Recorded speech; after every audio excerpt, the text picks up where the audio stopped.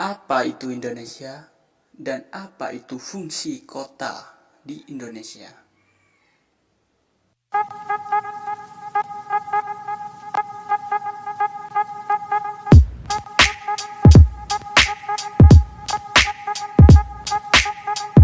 Apa yang dimaksud dengan Indonesia? Indonesia adalah negara kepulauan terbesar di dunia yang terdiri dari 17.504 pulau. Indonesia disebut juga dengan Republik Indonesia atau Negara Kesatuan Republik Indonesia (NKRI). NKRI adalah negara di Asia Tenggara yang dilintasi garis khatulistiwa dan berada di antara daratan benua Asia dan Australia, serta antara Samudra Pasifik dan Hindia. Nama alternatif yang bisa dipakai adalah Nusantara. Apa itu kota? Kota adalah pusat permukiman dan kegiatan penduduk yang memiliki batasan wilayah administrasi. Hal tersebut diatur dalam Peraturan Pemerintah Dalam Negeri Nomor 2 Tahun 1987 mengenai penyusunan rencana kota.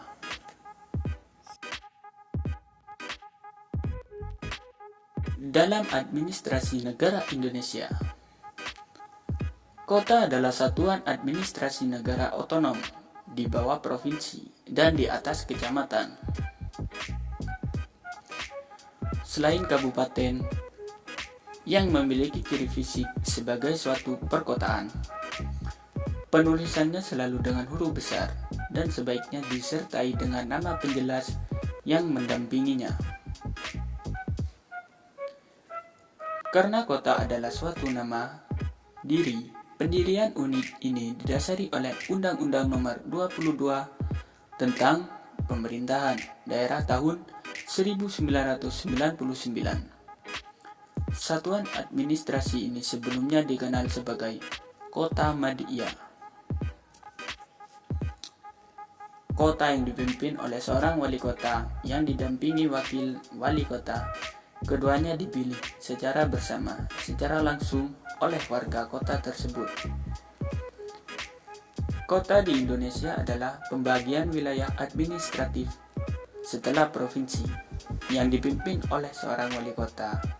Dalam konteks Indonesia, istilah ini digunakan untuk membedakan dengan kota yang secara administratif di bawah sebuah kabupaten. Kota berkedudukan sejajar dengan kabupaten dan kedudukan wali kotanya sejajar dengan bupati.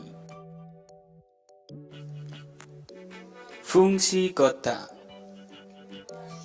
sesuai Undang-Undang Nomor 22 Tahun 1999. Kota memiliki 3 fungsi, yaitu kota sebagai pusat pemerintahan. Perkembangan kota membutuhkan aparat dalam memberikan pelayanan kepada masyarakat. Pelayanan tersebut baik bersifat pemenuhan kebutuhan hidup, administratif, maupun kebutuhan sosial budaya. Kota sebagai pusat pendidikan. Melihat dari sejarah perkembangan sekolah-sekolah justru berada di wilayah perkotaan, terutama kota-kota besar. Perkembangan sekolah di kota besar ini karena terbatasnya kalangan yang bisa mengenyam pendidikan. Pada zaman penjajahan Belanda dan Jepang, hanya keturunan bangsawan yang bisa sekolah. Namun, sekarang pendidikan sudah berkembang hingga ke pelosok negeri. Semua kalangan bisa belajar dan menempuh pendidikan. Ini yang membuat pendidikan terus berkembang dan menyebar di berbagai wilayah Indonesia dan beragam jenjang. Kota sebagai pusat informasi. Untuk bisa mewujudkan pembangunan baik di kota maupun daerah, dibutuhkan informasi yang cepat dan akurat. Keberadaan masyarakat yang kebanyakan tinggal di pedesaan mengharuskan pemerintah untuk membangun pedesaan. Dengan informasi yang cepat dan akurat, maka pembangunan pedesaan bisa terlaksana. Informasi yang masuk ke wilayah pedesaan beragam dan kebanyakan berasal dari kota, sehingga masyarakat desa bisa mendapatkan pengaruh dari kemajuan yang sudah berkembang di kota.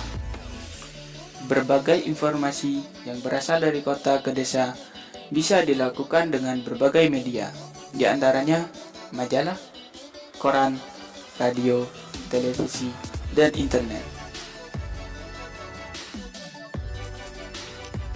Ciri-ciri kota. Kota memiliki ciri-ciri yang terbagi dalam dua kelompok, yaitu fisik kota dan masyarakat kota. Dilihat dari fisiknya, kota dikelompokkan menjadi beberapa, yaitu memiliki daerah terbuka yang digunakan sebagai open space atau paru-paru kota, memiliki gedung pemerintahan, memiliki gedung perkantoran dan hiburan, memiliki sarana olahraga, memiliki alun-alun, memiliki lahan parkir, memiliki kompleks hunian untuk masyarakat ekonomi rendah, sedang, maupun elit. Masyarakat kota.